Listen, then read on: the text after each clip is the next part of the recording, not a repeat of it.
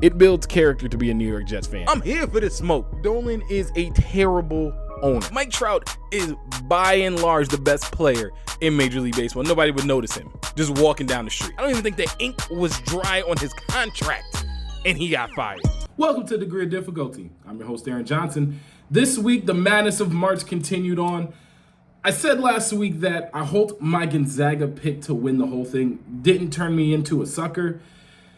And, you know, away to San Francisco. That aged horribly, my pick. Once again, Gonzaga folded under the pressure of the NCAA tournament in its loss to Arkansas. You know, arguably the best player to ever come out of Gonzaga is Adam Morrison, a.k.a. Pornstash from Orange is the New Black. Morrison was a first-team All-American and co-National Player of the Year back in 2006. But then Morrison flamed out in the NBA after being picked third overall by the then Charlotte Bobcats. Although he did win 2 rings with the Kobe Lakers, Morrison is a perfect example of why the Gonzaga Bulldogs never win. They're just a large mustache in a tiny pond.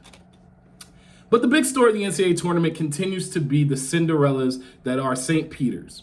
The St. Peter's Peacocks, who upset number 3 Purdue, moved on to the Elite Eight. They would become the first 15 seed in the history of the NCAA tournament to go this deep into the tournament. Folks haven't been this hyped about a Peacock since Carlton was marching down the field. Peacocks. St. Peter's head coach Shaheen Holloway's story is absolutely amazing. Dude was a McDonald's All-American in the 90s with Kobe. He was the actually MVP of that McDonald's All-American game. He led Seton Hall to the Sweet 16 back in the early 2000s. And here he is decades later with another Jersey team, this time all the way in the Elite Eight. So congrats over there to all the Peacocks and Coach Holloway. But this week, the massive news came once again from the NFL. A league that literally can't stay out of the limelight for more than 2 seconds, and they love it. Last week, I talked about Deshaun Watson being traded to the Cleveland Browns. This week, Watson had his press conference and was up there looking more like Bill Clinton than a professional athlete. I did not have sexual relations with that massage therapist or the other 21 massage therapists that are accusing me. It's just so ridiculous that he's still playing. I'm sorry. And I was a big fan of Deshaun Watson before it all went down, but it just seems icky. You know what I mean? Like it just feels icky. Baker Mayfield thinks so too.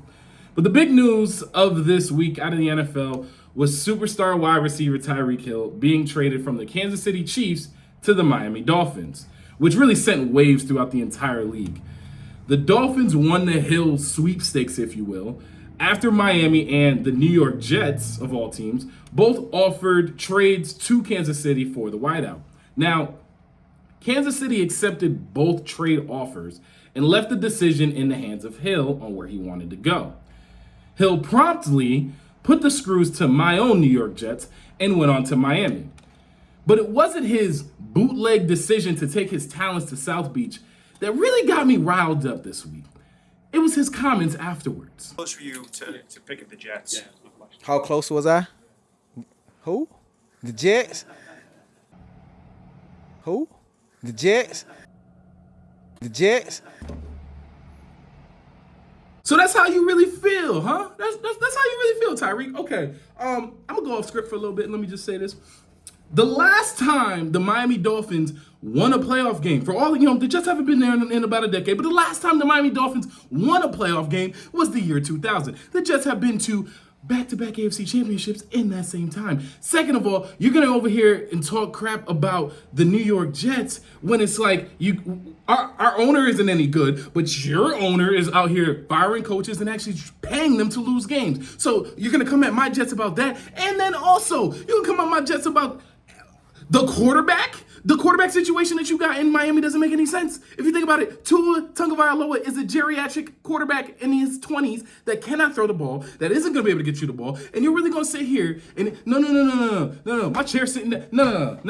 And you're really going to sit here and you're going to act like going from Patrick Mahomes to Tua Tagovailoa isn't like going from a burger made by Gordon Ramsay to a burger made by SpongeBob and Mr. Krabs. Are you kidding me? Are you kidding me, Tyreek Hill?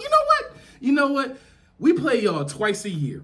We play the Miami, and this is for Chuck too. This is for my boy Chuck. We play the Miami Dolphins twice a year. And I'm gonna speak like Bart Scott said. I'm gonna let Bart do it. Take it away, Bart. All you non-believers, disrespect us, can't wait. All right. I had to get that out. That got me jazzed up this week. But thank you all for watching. That's going to be my show for this week. Hopefully, my key still works next week. Be sure to like this video and subscribe to the channel. Thanks for watching. This is Degree of Difficulty. I'm going to go get something to drink. And my name is Aaron Johnson.